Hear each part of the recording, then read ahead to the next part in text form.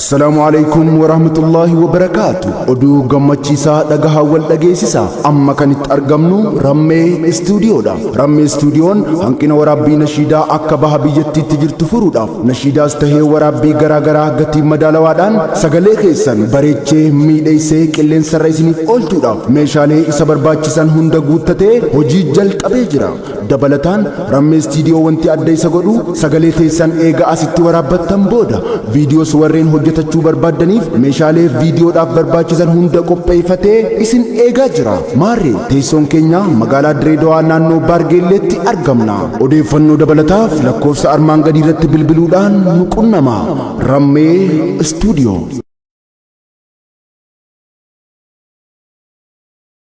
Qur'aana waa hunda caalaa yaa jecha mooticha Rabbii taliilcha dhukkuba yaalaa yaa tolcha bareecha qalbii jireenya arraafi guruu kan namaaf laatu tasgabbii jiruu biyya lachuu feenaan Qur'aana tolchiitii qabii jiruu biyya lachuu feenaan Qur'aana tolchiitii qabii yaa sooraa qalbiif dhihanaa yaa mi'aarra caalaa dhangaa yaa jireenya karaa sirrii yaa khannamaaf godhuu daangaa yaa tolchaa yoo karaa baddee yaa laaffisaa qalbii dhagaa fayyisaa dhukkuba maraa yaa deemaa hin qabne gagaa fayyisaa dhukkuba maraa yaa deemaa hin qabne gagaa yaa faaruu rabbiin faarsee yaa seenaa hin qabne sobaa yaa imaana kennaa maraa yaa ameeysa hogguu cophaa yaa magaada hin goggoyne kan namaayyuuf tahuu obaa namumaa dhugaan si baree qalbiin gabbatee gobaa namumaa dhugaan si baree qalbiin gabbatee gobaa Qur'aana waa hunda caalaa yaa jecha mooticha Rabbii taliilcha dhukkuba yaalaa yaa tolcha bareecha qalbii jireenya arraafi guruu kan namaaf laatu tasgabbii jiruu biyya lachuu feenaan Qur'aana tolchiitii qabii jiruu biyya lachuu feenaan Qur'aana tolchiitii qabii Rabbina arjaa waa mararraa nuuf buusee furqaanuuf biraa malaayikaa hundarra caalu Jibriilitti kannee jira Jibriilis amaanaa fuudhee fide dachii lafaatirraa irra caala khalqiidhaatti dabarsee amaanaaf irraa irra caala khalqiidhaatti dabarsee amaanaaf irraa Nabiyyi keenya faarfamaa Muhammadul Amiin keenya ergamaa hundarra caalu kan isaan olle xiqqeenya Qur'aana isarra buusee nuuf tolchee Rabbiin jireenya Qur'aana kana qabachuu nuti maaliif dhifnee teenya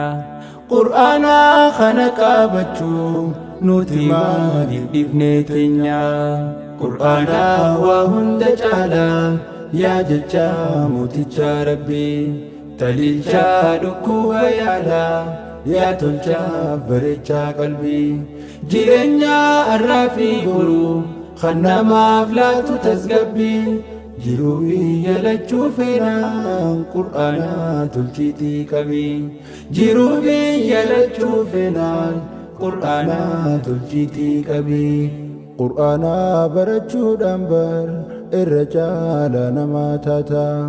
Qur'aana kana qara'uun tasgabbiidha namaaf laata Qur'aanni soora qalbiiti qalbiitu imaan argata Qur'aanni jiruuf jireenya kan beekuutu dhandhamata Qur'aanni jiruuf jireenya kan beekuutu dhandhamata Nabiyyi Rabbiin nuuf himee khayrukum jechuun nuuf dhaame man ta'allama al-Qur'aana jecha san gallallaalame mi'aan Qur'aanni kun qabu miidhaan dhaamiti ilaalime akkamumatu jiraata kan dhiisee eega dandhame akkamumatu jiraata namni dhiisee eega dandhame qur'aana waa hunda caala yaa jecha mooticha rabbii taliilcha dhukkuba yaala yaa tolchaaf bareechaa qalbii jireenya har'aa fi boruu kan namaaf laatu tasgabbii jiruu biyya lachuu feenaan qur'aana tolchiitii qabii jiruu biyya lachuu feenaan qur'aana tolchiitii qabii qur'aanni nuura qalbiiti dukkanaa qalbii siif ibsa qur'aanni karaa jireenyaa tottolchee daandii siif cimsa qur'aanni rahaa qaamaati tasgabbiidhaan si cibsa namummaa rabbiin jaalatu akkamiin jalqabee dhiisa namummaa rabbi jaalatu akkamiin jalqabee dhiisa rabbiin qur'aanumaa kanaan ummata tokko ol kaasa rakkinaa fi rakkoo hundaa qur'aanumaan keeysaa baasa waan qalbii ilma namaa miidhu qulqulleeysee keeysaa yaasa yaa namaa milkii barbaaddu qur'aanatti mee wal kaasa yaa namaa milkii barbaaddu qur'aanatti mee wal kaasa qur'aana waa hunda caala yaa jecha mooticha rabbii taliilcha dhukkuba yaala yaa tolchaaf bareechaa qalbii jireenya har'aa fi boruu kan namaaf laatu tasgabbii jiruu biyya lachuu feenaan qur'aana tolchiitii qabii jiruu biyya lachuu feenaan qur'aana tolchiitii qabii haada yoo qabatten cinne si qabee jiruu siif tolchuu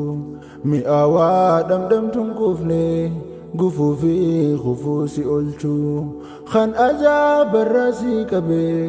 jannata rabbii si galchuu qur'aanuma kana qofaa kan jiru namaaf dagalchuu qur'aanuma kana qofaa kan jiru namaaf dagalchuu namni hin beeyne isaa baruu taliilaa hin qabne turiin qur'aana hin jijjiiramne arraasa akka gaafa durii qur'aana mucjizaa nabii kan sirraa deemsisuu horree karaan dhugaa qur'aanumaa haadha ga'ume kee gurrii karaan dhugaa qur'aanumaa haadha ga'ume kee gurrii qur'aana waa hunda caala yaa jecha mooticha rabbii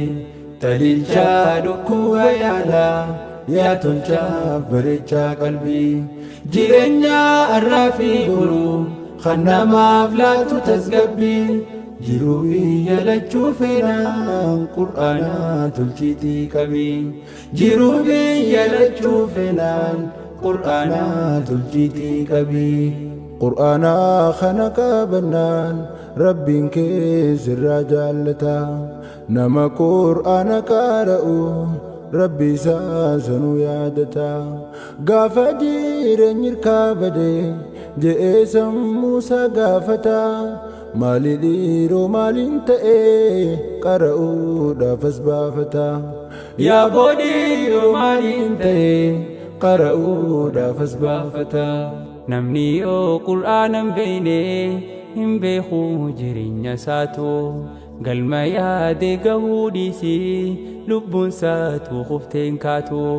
hiraarii fi cinqiin jiru takkumaatu irraan baatu namummaa qur'aana hin beeyne qalbiin isaa boruuf hinnaatu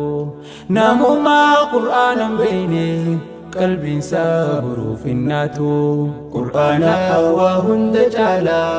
yaa jecha mooticha rabbii taliilcha dhukkuba yaala yaa tolchaaf bareechaa qalbii jireenya har'aa fi boruu kan namaaf laatu tasgabbii jiruu biyya lachuu feenaan qur'aana tolchiitii qabii jiruu biyya lachuu feenaan qur'aana tolchiitii qabii